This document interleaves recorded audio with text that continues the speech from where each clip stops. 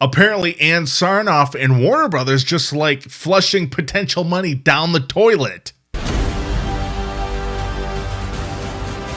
Hello, everybody. Welcome back to another video. And just when you think you're going to have a Monday where you're going to see the streaming numbers coming in for Zack Snyder's Justice League, seeing how successful this beast really is, you get articles by like Variety and interviews with Ann Sarnoff that's just completely deflating this whole thing. I mean, I don't want it to take away from the film necessarily, but just this is really deflating kind of the hype, if you will.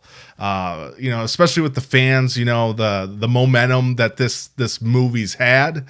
And Monday after the movie's release on HBO Max, Ann Sarnoff does this interview with Variety and completely deflating any sort of momentum or, possibility of continuation. Well, and we'll see all about that, but let's get into this interview from Variety with Ann Sarnoff. It touches on a lot of stuff, Ray Fisher, Walter Hamada, and it gets into kind of like her plan with Warner Brothers and like the different divisions in that. I just kind of want to focus on the sort of like restore the SnyderVerse and her kind of like, I don't know, just putting a real damper on today. But anyway, WarnerMedia Studio CEO Ann Sarnoff says that the release of Zack Snyder's Justice League will complete the director's superhero trilogy, reinforcing the studio's desire to move past the social media campaign to hand back control of the DC film universe to the filmmaker. All right. Why did you decide to release Zack Snyder's Justice League? We wanted to give Zack the opportunity to complete his vision in a 4-hour movie, which is impossible to do in theaters. We're happy that we have HBO Max to let the rope out, as it were, and allow the fans to see all 4 hours of Zack's vision.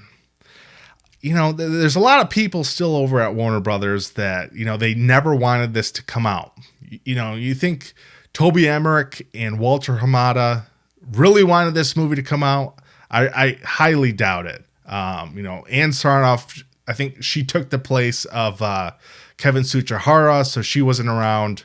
But even like Walter Hamada, he's, I guess, trying to come up with a plan, do his own thing. What is the plan? You know what I mean?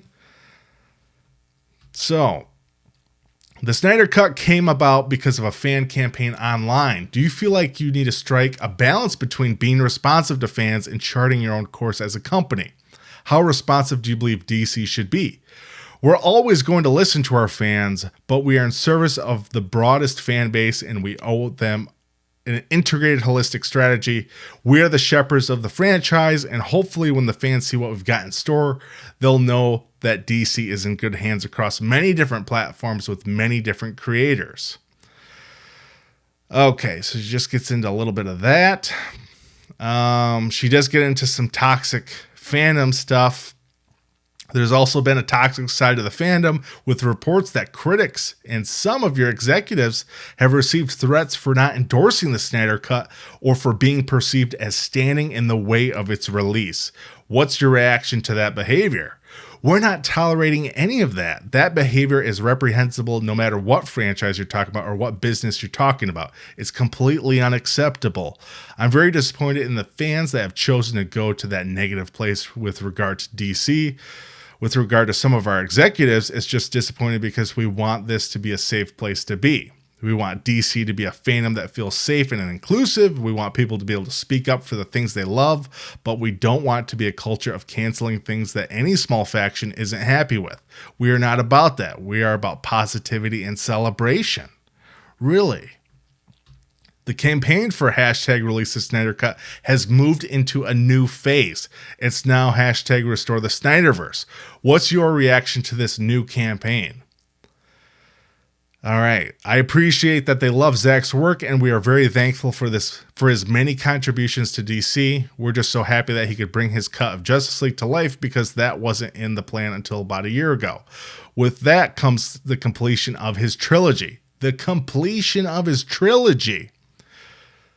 We're very happy we've done this, but we're very excited about the plans we have for all the multi-dimensional DC characters that are being developed right now. Now, she also touches on Ayer's cut.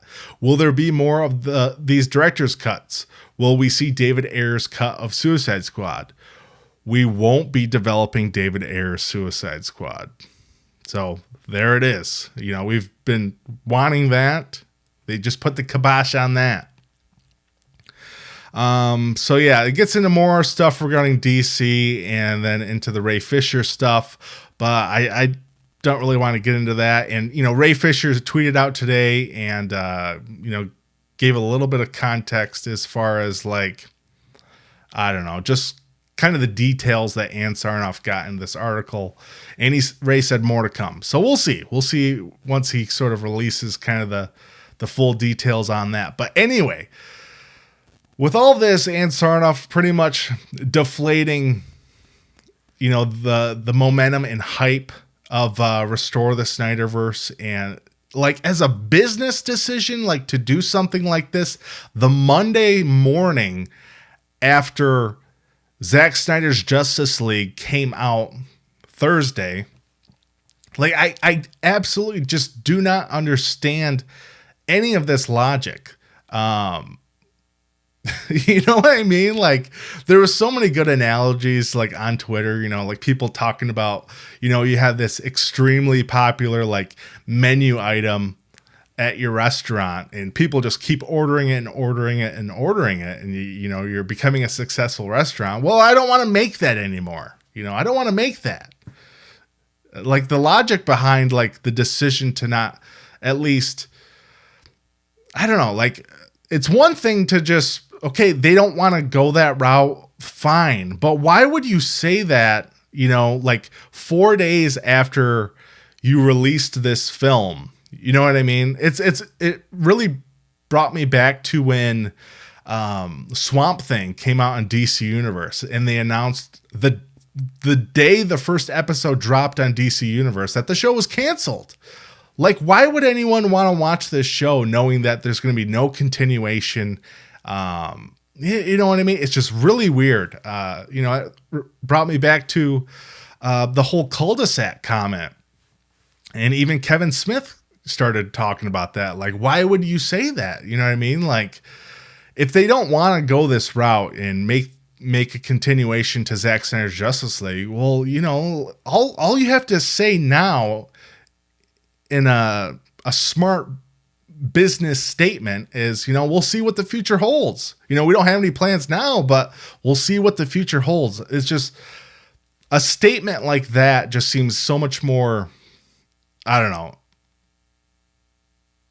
I don't want to say intelligent, but I guess that's what it is. Like if I was a business executive and, you know, I didn't want to go a certain route and you just don't want to, like, I just don't understand deflating this right now. Like the Jason Kylar, like your position, man, like you need to step in and just fire the team over there. Like I just don't get why they would do this. You know, it seems like every chance Warner Brothers gets, they're just trying to throw a wrench in this entire process. You know, like every trailer for Zack Snyder's Justice League, it was leaked. You know, like I think the full trailer that came out a couple of weeks ago, they ended up releasing it like 9 or 10 a.m. because they planned on releasing it at like noon, but it leaked and it was like on Reddit. So they just, you know, published it. I don't get it, man. You know, it's ridiculous. And, you know, at the same time, it's like, do I want Zack to have to work with these motherfuckers? You know what I mean? It's ridiculous. And I don't blame the guy if he wants nothing to do with Warner Brothers at this point. But, you know, as a fan, do I want to see Zack, you know, continue the story? Hell yeah, man. Like, having watched the movie several times at this point, it's like, that would be incredible to see this continuation of this story.